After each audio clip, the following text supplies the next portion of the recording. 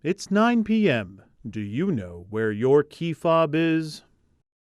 Hey there, Nate Benson here. Tonight on the agenda, 2, 17, 42, 54, and 80.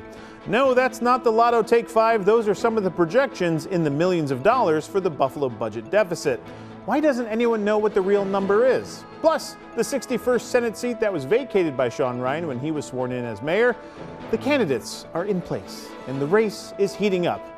I do not have a structured settlement, and I do not need cash now. However, on the agenda starts right now.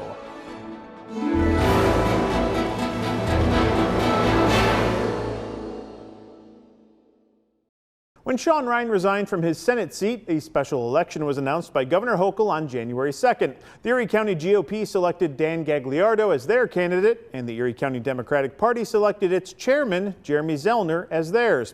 Here's a breakdown of that race and what the candidates are saying about the election, which is a few short weeks away.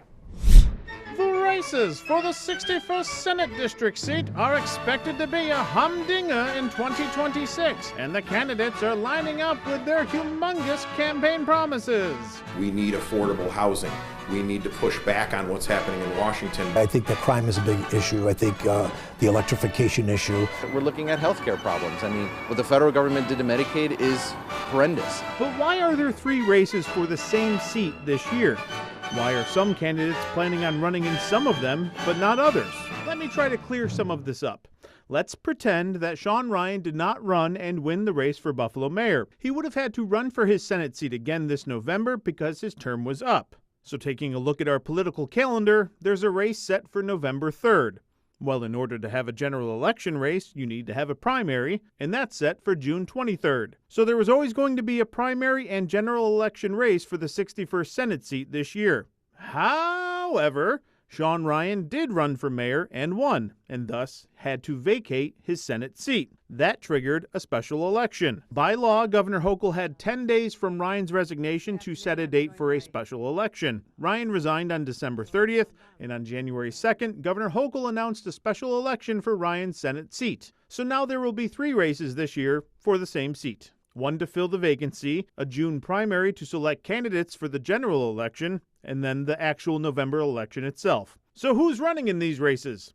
This is where it can all get a little confusing. Earlier this week, the Erie County Republicans selected Dan Gagliardo as their candidate. But as for the Democrats, it's a little more complicated. Well, not really. Kinda. Sort of. Remember back in October when Assemblyman John Rivera announced he was running for the 61st District? He said then that he's running in the primary. So why isn't he running in the special election?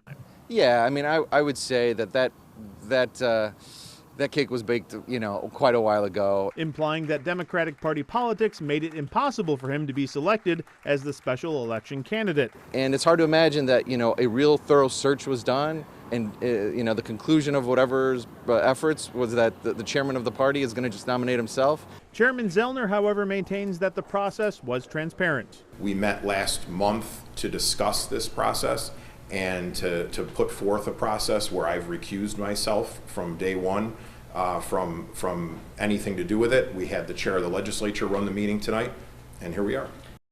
And to think we're all here because Byron Brown wanted to say that if you come to OTB, you're gonna love it there.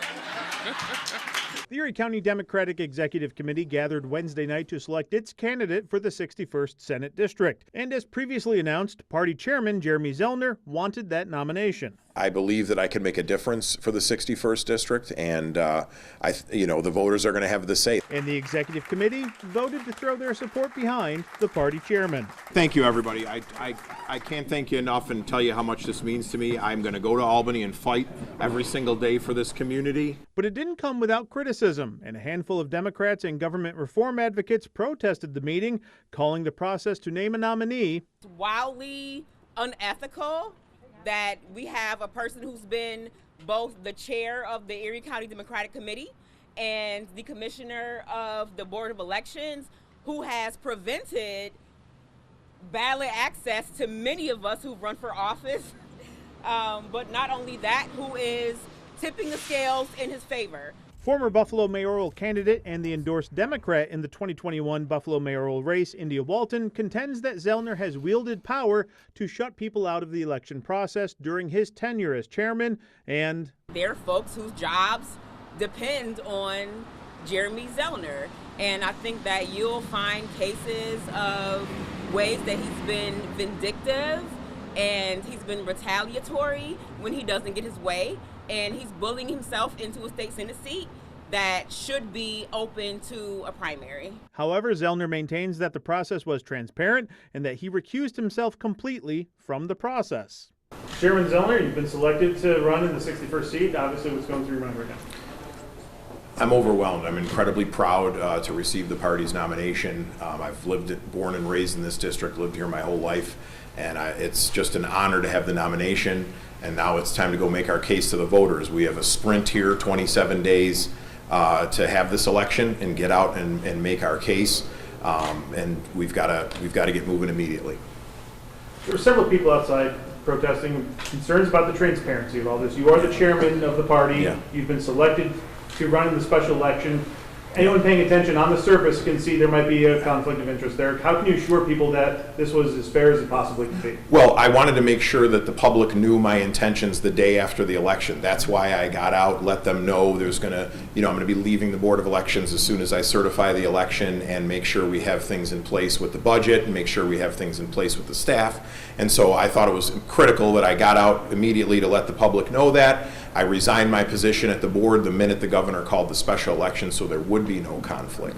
Our party is required to call a meeting within 7 days to have the nomination. All parties are required to have the nomination within 7 days of the special election being called, so each party has done that.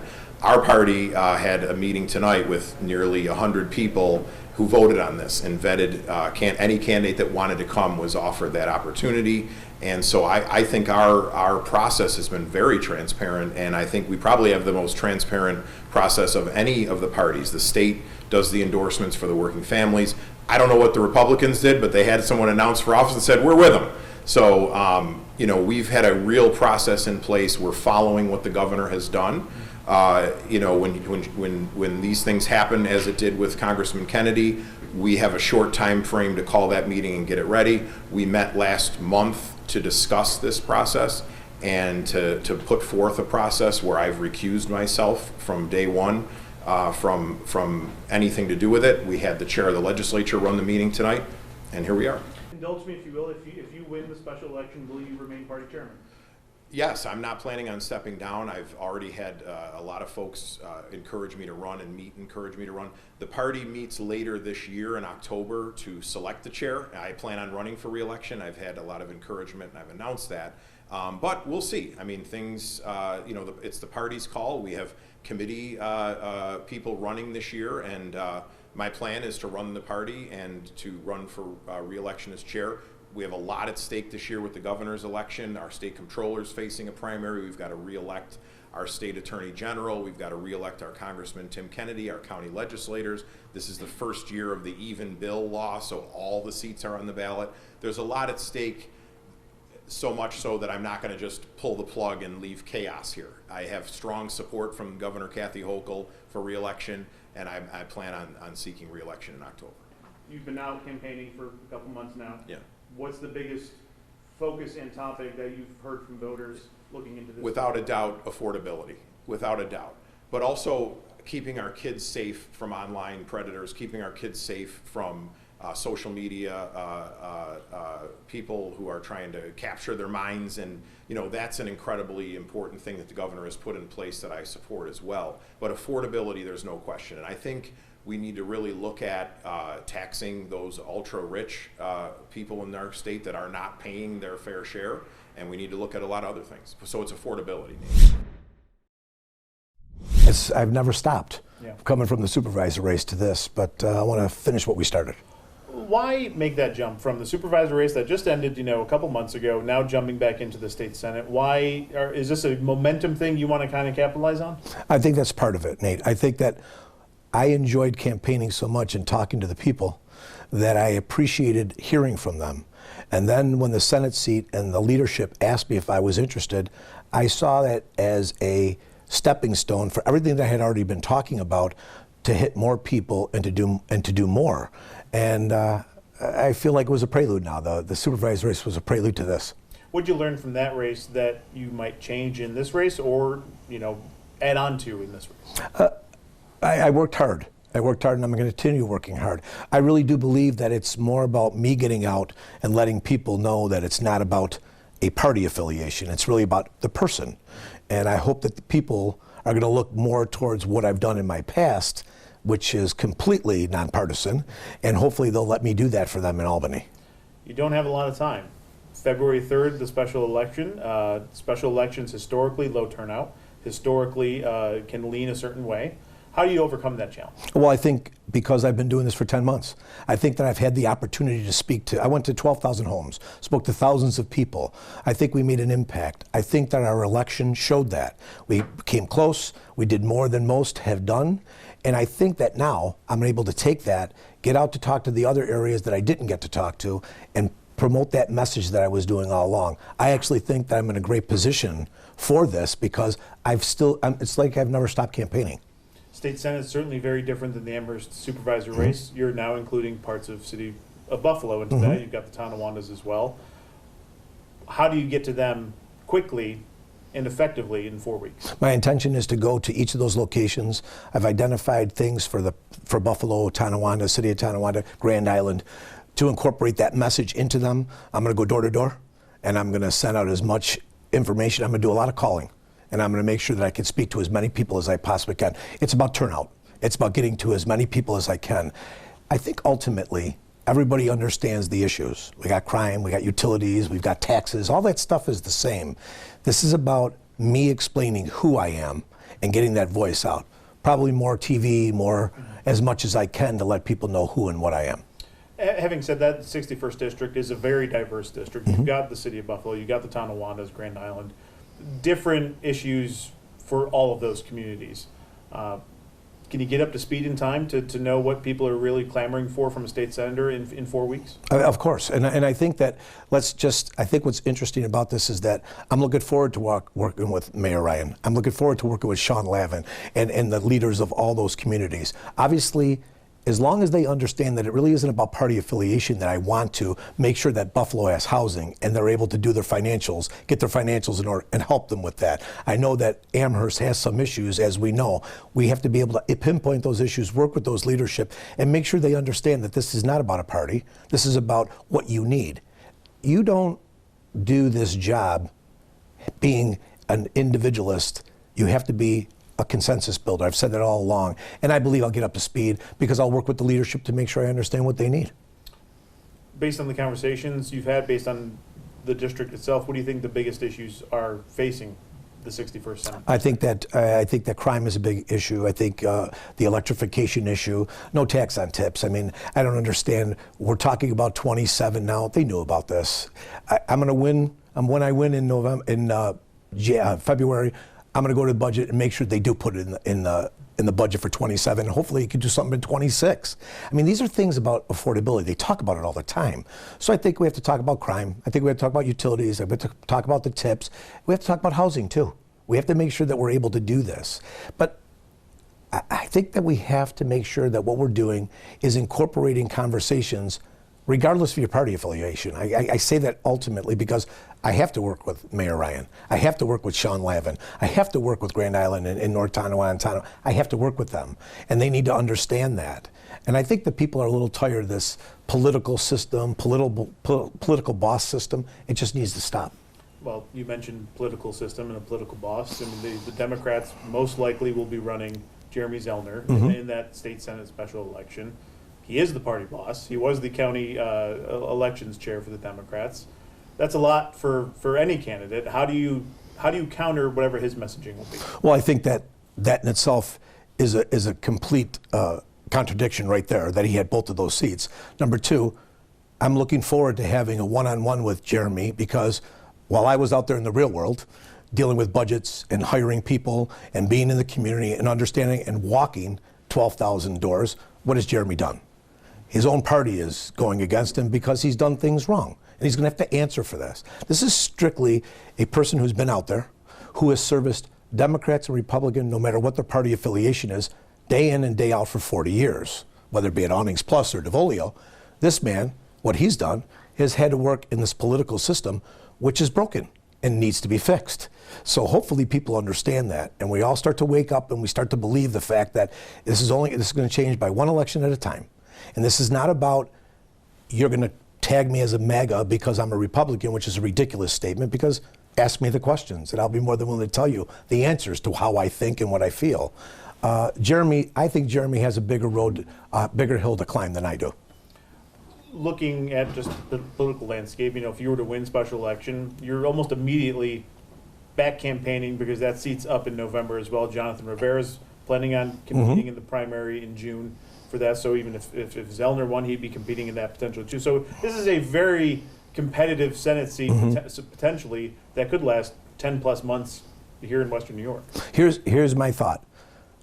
When I win in February, I'm going to get to Albany. I'm going to find out everything I possibly can. I'm going to report back to all the people of the 61st District to understand, so they understand how it works. So they know why things get done and why things don't get done, regardless of party affiliation. I'm going to work with all of the leaders, as I talked about earlier, and I'm going to make sure that people know what's happening. This is the problem with government today. We don't tell because they don't want you to know. Opposite. You're going to know everything that's going on. I'll be on podcasts. I'll be on as much as I possibly can, airwaves, to tell people what's happening. So my job is to get out there, work hard, continue campaigning, do what I'm doing. But, at this particular point, to win the special election, I think would be a major victory. I think that it would be great because we get some diversification. And you're hearing it today first, Nate. I was a Democrat. And I'm a Republican, so I'm the only candidate who could say that he understands both sides. And I've worked in it my entire life. So to me, people should want that. People should want to go out there and say, this is the guy who should be doing this for us. So I think that it's just a continuation of what I've always done. Early voting for the 61st Senate District begins on January 24th. Coming up on the agenda, the Buffalo budget deficit forces me to lose more of my hair, and I go wandering through City Hall looking for the controller. We'll be right back. Welcome back. The Buffalo budget deficit, what more can anyone say other than it seems like nobody knows what the actual budget deficit number is? We start our coverage with a letter from the controller outlining her concerns. Then I wander through City Hall looking for her, and then we'll hear from lawmakers about her projections and try to figure out what the actual number is. Now would be a good time to get a snack. City finances are top of mind for pretty much everybody involved in city politics, whether it be the new mayor. Number one is figuring out our deficit. The new Common Council president. And we need to address fiscal issues. Or the governor. The city of Buffalo has had to go through a lot of changes over the last few years. The governor telling reporters on Monday morning that she's not ruling out providing additional aid to the city, but it comes with conditions. Are there areas where there can be improvement? Any, curtailment of services that are redundant, unnecessary? We ask the cities to do their own self-reflection with our help before they come for asking for that assistance. But the answer is not no. The answer is we need to look at this. And the city controller is once again warning that finances are particularly bad. Each quarter, the city finance department issues a gap report. It outlines revenues coming in and expenditures going out by city departments, and it creates a snapshot of where city finances are in a given quarter. According to the first quarter gap report for the 2025-26 fiscal year, which for those keeping score at home ends on June 30th, the administration stated that the budget deficit was pegged at about $2.2 million. The city controller warns that a shortfall of more than $20 million in revenue, coupled with more than $19 million in unplanned expenditures, could lead to a more than $42 million budget gap by the end of the fiscal year. But wait, there's more. If that wasn't enough doom and gloom, the city controller warns that the budget deficit could reach as much as $80 million by June if the city doesn't receive $11 million in revenue from the gaming compact with the Seneca Nation, or more than $26 million in revenue from selling of the parking garages. However, there is a catch. The controller says that her office, quote, relied on historical trends and transactional analysis to assess the reasonableness of the administration's projections, and that actual receipts and disbursements were, quote, unknown to her office. and those numbers seemed pretty wide-ranging. So I wanted to talk to the controller about them, so I went to her office on Tuesday at 1:30, just before the council meeting.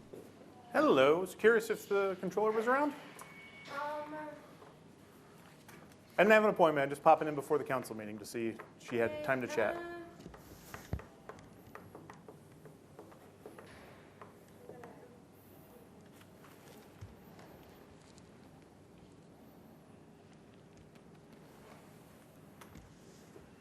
Hey, how are you? I was curious if the controller was around. Was popping in before the council meeting. Not available right now. Okay. But if you want to send me an email, I can get back to you. Sure. As soon as I talk to her. Okay. Might she be around after the council meeting? I do not have her schedule right now. Okay. I'd have to check with Carol, but Got it. Okay. I will let you know. Okay, I'll shoot you an email. Yeah, sounds Thank you. good.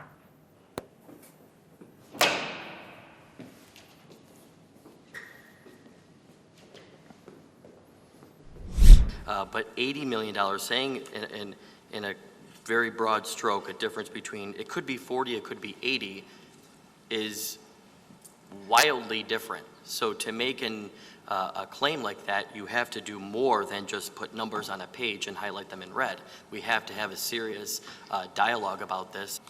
Councilmember Nowakowski mentioned that the numbers are wildly different. I'd take it a little further and say that the report's wildly irresponsible. You know, the days of the controller and her staff just throwing out random numbers has to come to an end. And I'm really glad that this item is going to go to committee so that they can come in and answer for this and we can get to the bottom of where they're coming up with these random numbers, because to state publicly that if this doesn't happen, if that doesn't happen, that we're going to have an $80 million budget deficit, well, if no one paid taxes, we'd have a $200 million deficit. So the comptroller references the tribal compact money, which has come in every single year since I've been on the council. So again, it's wildly irresponsible to put these numbers out for the public and to scare the public when it's not an accurate portrayal of what the actual financial situation is. So I'm very much looking forward to committee and having that conversation. We got to get on the same page. I mean, how long are we going to go through this? But I think I would probably rely more on the controller because she has a fiduciary responsibility to provide us with pretty accurate information, and if there's questions there, she can speak to those questions, so we'll be talking about that at finance.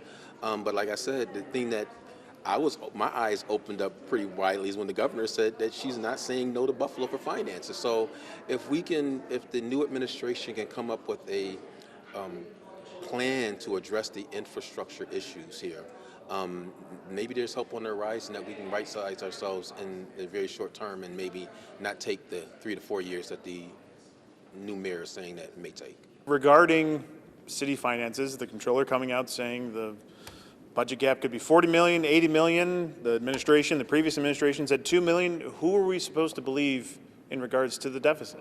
I think ultimately numbers don't lie, and so I'm looking forward to the larger conversation we'll have in the Finance Committee on Tuesday. That's a pretty big swing from previous discussions, but I'm looking forward to having a more robust discussion. It's a little disturbing to see something so large. For the public who aren't really understanding, and for idiots like me on TV who might not understand either, we see these wild swings. 1 month ago it was possibly 50 million, 2 months ago it was $17 million. Why are we seeing these constant swings? I'm just as confused as the public. I do believe that if you don't understand it, I probably don't either. And so this is why we have to ask questions. This is why it's important to read. It's important to have the right people in the room to ask where they're getting these numbers from. I can't answer how we got to this point. I think it's interesting that the numbers keep changing on us as well. And it's our job to get to the bottom of it and make informed decisions, and then to make sure that the public understands it once we're clear. That's going to do it for the agenda this week. Maybe next week we'll have a better idea what the Buffalo budget deficit is, but probably not. Thanks again for watching. Remember, the news never stops on WGRZ+. I'm Nate Benson. We'll see you at the next one.